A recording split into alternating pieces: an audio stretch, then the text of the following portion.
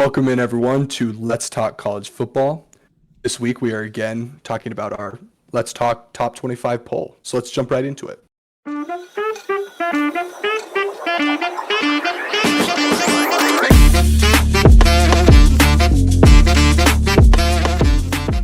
Talking about our Let's Talk Top 25 poll. So let's jump right into it. So starting off at number 1, we have Georgia. Number 2, we have Florida State. 3, Michigan. 4, Alabama. And 5, Penn State. What sticks out to you guys in this top 5? Yeah, so I'll start it out. I mean, obviously FSU with a huge win over LSU. I already had FSU in my personal top 4, and this just vindicated that pick completely. They looked like an amazing team out there, well coached, physical, good defensively, good offensively. Completely awesome week 1 showing for them. What Yeah, I about you, think Ethan? I think Bama kind of not moving for us is interesting. I think we kind of just haven't seen them play anybody. I think this Texas game in week 2 is going to be a big indicator of what they're capable of. So I see the week 2 matchups for Alabama and Texas going to kind of change a lot for us. So that's probably the standout for me. This Alabama kind of staying put for us. What sticks out to me in this top 5 is Penn State. I think that that's quite the jump for them from I think they were number 9 in our original poll. They looked really, really strong beating West Virginia, and especially their new quarterback, Drew Aller, lived up to the hype. I thought he performed really well. He looked really solid, and if they have like elite quarterback play, that is a team to watch out for. Okay, what sticks out in 6 to 10? Yeah, I'll go with this one, and I want to talk about Utah a little bit. Getting that win over Florida really proved a lot to me because Utah was missing 8 starters.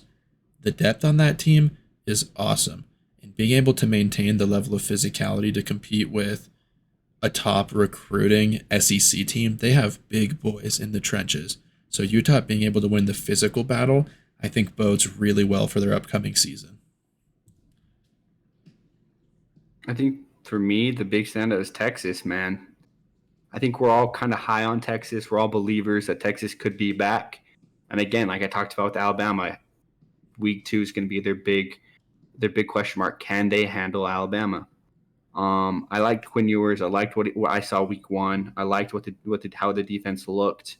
I'm excited to kind of see if they can continue to shine week in and week out.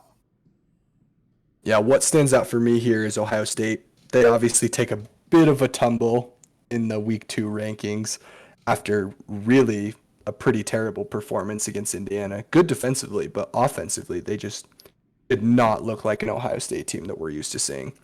So hopefully they can figure that out and then they can rise back in the rankings. But with how they looked last week, I feel like it is about right for now. Okay, let's move on to the next set. What sticks out to you, 11 to 15?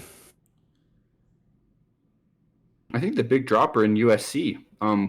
They're for the AP poll, they're number 6. For us, they're at 12. That's um, 6 drop. That defense has looked really bad. I mean, the offense, like we all know, for Lincoln Riley teams is really, really good. But giving up 20 plus points to San Jose State is pretty brutal. Oh no, yeah, 28 points to San Jose State is pretty brutal. And then the first half, that defense did not look good against Nevada. Obviously, the game score 14-66 is sways a little bit towards USC, but that's my biggest. Yeah, My I biggest think a takeaway. drop was in order because of how Oregon State looked versus San Jose State compared to how USC did. So I think that's fair. What sticks out to you, Landon? Yeah, so just talking about Washington, the end score looks nice for Washington, but actually watching that game, I think Washington exposed a lot more weaknesses than the end score shows. The defense didn't look highly improved, and it seemed very boom or bust. They either were completing all these deep routes or they were completely getting stalled out. So some people have Washington higher, but for me, I just think the concerns about their offense maybe being a little gimmicky at times, as well as a potentially pretty soft defense, that drops them a few places in my mind. Yeah, so let's move on to the next section. Something that sticks out to me in the next section is Oklahoma at 17. For me, I was pretty worried because I thought that once Lincoln Riley left, it looked pretty bad last year. But they had a huge win, the likes of which they didn't really have last year, that made me jump them way up in my rankings this week, way higher than 17. I think I had them at 11 or 12. I just think the talent is so much that if the coaching can figure it out, they're going to be really good. And I think they're going to figure it out this year. Yeah, for me, I want to focus on Oregon State for a bit. The defense looked good. Classic Oregon State. DJU looked awesome. He looked as advertised, unless you believe Clemson fans. But DJU looked awesome. He played well. I think Oregon State has a very nice, complete roster this year, and I think they're going to do very well. And obviously the big risers in Duke, the biggest risers in the week, with a big win against Clemson at It was at Duke. Yeah, It was at Duke. it's not at Clemson, at Duke, but still great win. They looked really well. The defense looked great. 2 goal line fumble recoveries is huge for them. I'm excited to see what they can do in the ACC. Was it just noise, or is it true? Okay, let's move on. What sticks out to you guys in this group of teams? I mean, dude, for me, I got to go with Colorado. You can't leave Colorado out of the conversation talking about ranked teams at this point. They play TCU, which is, I mean, they made the national championship last year, and obviously they lost a lot, but dude, that Colorado offense is electric. We'll have to see how far that can take them.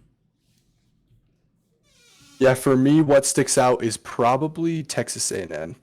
I think that they have so much talent that if they can just put it together, they could make this 23 ranking look so low.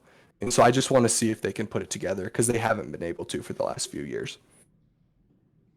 And then Iowa staying in the top 25 after a pretty suspect win against Utah State at Utah State. We'll see if they can continue to show us that they deserve it to be there. And then the others receiving votes, Clemson received a vote, which I think is crazy. Texas State, after a dominating win over Baylor, received a vote. I voted for Washington State because I just thought they looked so good week 1. And Tulane, another solid win, received a vote. So thank you all for listening. We love to do these videos. We'll come back every week with our new top 25. We are also on Spotify now if you would rather listen to this in podcast form. So please like, comment, and subscribe, and we'll see you next week.